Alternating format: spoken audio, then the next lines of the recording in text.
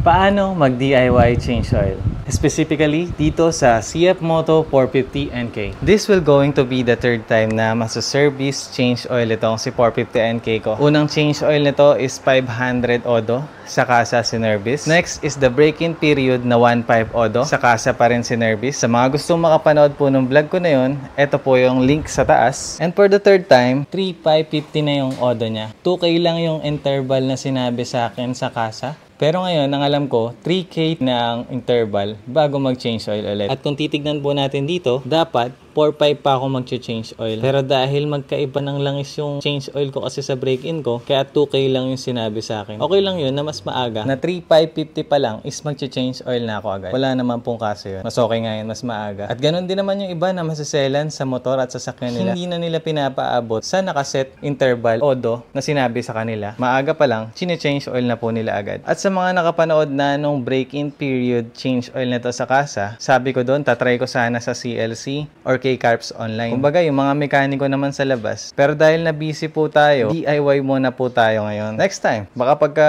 ibang way ng pagka-busy yung nangyari sa atin is magpa-change oil tayo sa iba. At dahil mukhang magiging mabilis lang yung vlog natin sa pag-change oil, mag-add na lang ako ng mga announcements sa dulo nito pagkatapos natin siyang gawin para sa mga susunod na vlog natin. Dito nga pala tayo mag-change oil sa pwesto ni Boss Dos J. Maraming salamat. Napaka-supportive po. At pati na rin sa pagpapahiram ng camera sa atin. The best kuya and kaibigan. Para simulan yung pag-change oil natin, ito yung mga gamit sa harap na gagamitin natin. Unahin natin yung langis na nabili ko. Liqui moly pa rin katulad ng nakaraan. Kasi may nagsabi sa akin hanggat maaari, stick to one lang tayo na langis para hindi naghahalo-halo sa engine natin yung iba't ibang langis na gagamitin natin. Yung liqui moly before, street lang siya.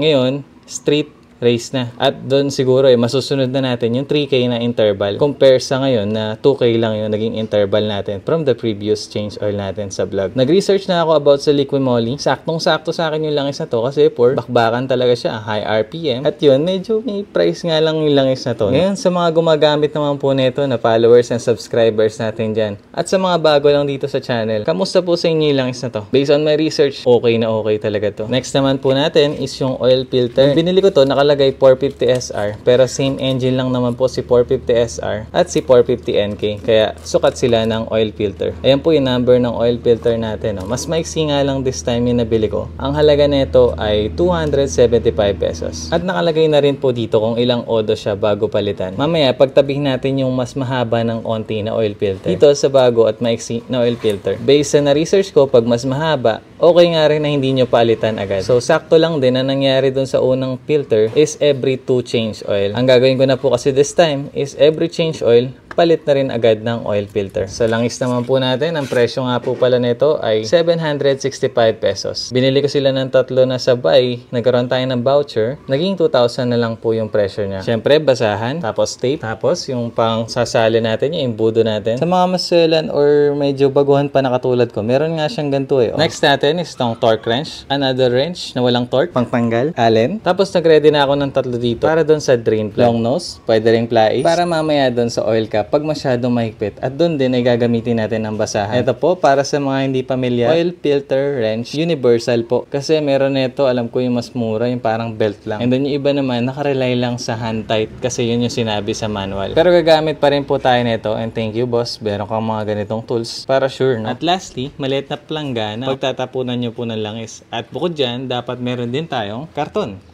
Lapit na natin tong oil basin natin dito. Warm pa naman to, kaya magpo-flow ng dire-diretso yung ating langis. Tatanggalin lang muna natin tong cover dito. 5mm allen po yung ginamit natin pagtanggal. Pagkatanggal natin ng cover, next na natin tatanggalin is yung drain plug. Ang pagluwag po lagi sa mga screws ay counterclockwise. Ayan, pagka nalawagan nyo na po, tanggalin nyo na to. Madali na tong kamayan. Ilapit na natin. Tapos huwag na nating hayaang malaglag yung tornilyo. Moment of truth. Anong kulay? Yung odo po ng ganyang kulay na lang is 2K lang. Tanggalin na rin natin yung oil cap dito para mas makahinga. Okay na yan. Ito nga palang drain plug natin is namamagnet siya. Tapos makikita nyo rito yung mga debris sa pagbe-break in. Punasan natin. Yan, okay na. Next na natin is itong oil filter. Ito nga pala yung pinagkaiba ng unang filter. Kaya okay lang na nakadalawang change oil tayo dito. Dito, isang change oil na lang gagawin ko kahit na nakalagay is 6,000 ang odo. Dito ba ilan? 6,000 din, no? Parehas lang pala. Pero pag mas mahaba daw is mas matagal. Make sure na walang buhangin o dumi dito pag pinunasan nyo itong labas, no? Habang dinidrain natin yung oil, kakabit na natin yung binili kong another accessories para kay 450 NK. Crankcase cover. Yung texture niya, plastic lang pala, no? Pero okay lang. Ganon din naman yung dulo ng slider natin. Pero ano to, makunat na klase na plastic na mapoprotektahan talaga yung engine cover natin. Not carbon, Lodi. Ito yung una natin kakabit. Kaya lang, kailangan muna natin tanggalin yung coolant reservoir natin. Sa future buyer po netong si 450NK, wala pong gasgas yan. Baka sabihin niya, nilagyan ng crankcase cover dahil may gasgas na. Yan, ganyan na po itsura niya. Pag pinunasan po natin yan, mas popogi pa yan. Yun, dito naman po tayo sa kabila. So yung nang kanina, wala pa po yan gasgas. No? Para po maiwasang magasgasan, kaya natin nilalagyan ng cover. Ito, nandiyan na yan eh. Pintura lang yan. Sukatan ng langis. At dito po sa kabila ay may tatanggalin na naman pala. Madali lang po palang tanggalin. No? Cover lang siya dito. Nakabit na po natin yung final piece. Kabilaan ng crankcase cover. Pogi ano? At sure naman po yung higpit niya. Ganda. Salamat kay Boss Ison at Boss Dos J sa pag-alalay sa mga cover at katulad ng coolant reservoir sa paghahawak. Medyo mahirap siya pagka mag-isa lang kayo. Okay, dahil nakabit na natin yung crankcase cover, tanggalin natin sa paddock para i-stand para mas madrain natin ang mabuti yung langis. Extra agenda lang namin unexpected. Tatanggalin natin yung extender sa stand kasi tumatama sa kadena eh. Okay siya pagka yung lugar na pagpaparkingan nyo is medyo malupa. Dagdag na lapad, no? Para hindi lumubog yung stand. Kaya lang, gusto ko rin kasi naiikot ko yung big bike eh. Pag may ganyan kasi, nakakahinayang iikot eh, no? Nakita kasi namin, nilaro namin yung kadena sideways saka upways, tumatama dito eh. Natanggal na po namin yung shoe extender. May gap na, no? Malayo na siya sa kadena. Unlike nung una, aabot eh. Pag dinikit eh. Ito nga lang, aabot. Pinunasan na natin to ng basa malinis at pati rin itong drain bolt. Kabit lang muna natin ng hand tight. Tapos gagamit tayo ng torque wrench. Nakalagay sa manual is 25. Unang tunog, titigilan na natin.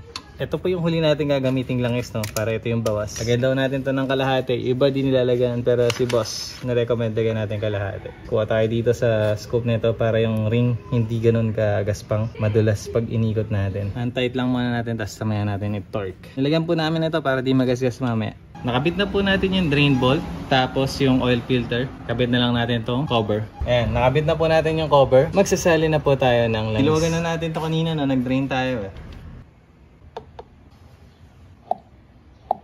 So, base sa nakikita nyo po, wala pa, no? Dapat yan nandito sa gitna. At saka kahit nasa gitna na po yan, papaikotin muna po natin yung ikot ng makina. Makikita nyo po, aangat yan ngayon dahil hindi pa siya nagsisirculate. Huling sali natin, 300 ml dapat ang matira dito. Focus, focus. Pag sumobra, yari tayo. Tapan muna po natin. Dahil nakita ko dito sa baba, nasa guhit na siya. Paikutin lang muna po natin para sure na gitna natin siya may lalagay.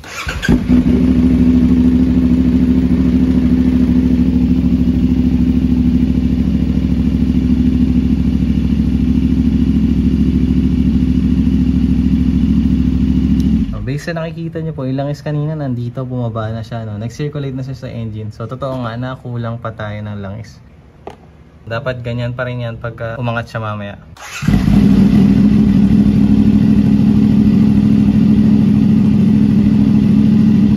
Tapos na po yung change oil. Make sure na pag kinabit nyo na yung drain bolt saka yung oil filter is that napunasan nyo mabuti para makikita nyo kung may tatagas. At kasi pagka may leak is tendency magbabawas ng langis. Bad po yun para sa motor natin. And then nakapag top up na po tayo ng coolant, hindi po natin nilagay sa taas, no? Kalahati lang. Below dun sa indication na full na siya. Kasi pagka mainit ang coolant is umaangat pa yan. Ito na itsura ng langis natin ngayon, no? Na nasa gitna na siya ng indication kung saan siya nandun dapat. Tapos meron pa naman tayong extra para mag-top up kinabukasan kung makikita natin na kulang yung langis natin. Nakakatuwa yung naging experience sa pagdi-DIY change oil. Maraming salamat Boss Dos J and Boss Ison sa pag-assist. And thank you to Jake the Garden Snake. Sa kanya po natin natutunan ng mabilis yung pag-change oil dito kay 450NK. Ito po yung link niya sa taas para sa mga gustong i-check yung video niya. Ang linaw niya rin po yung pinaliwanag.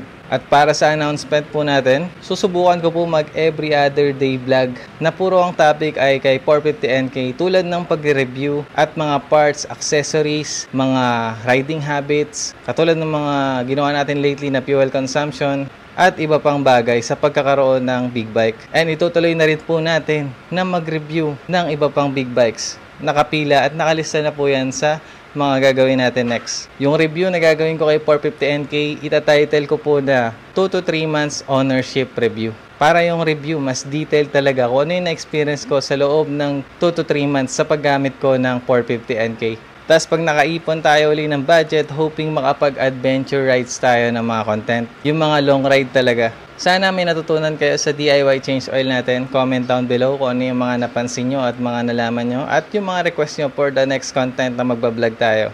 At sa mga bago lang sa channel at nagustuhan nyo kung paano tayo mag-vlog, click the like and subscribe po kayo para masubaybayan nyo yung iba pa nating vlogs. Muli, enjoy tayo sa mga rides at matuto sa mga reviews. See you on the next vlog.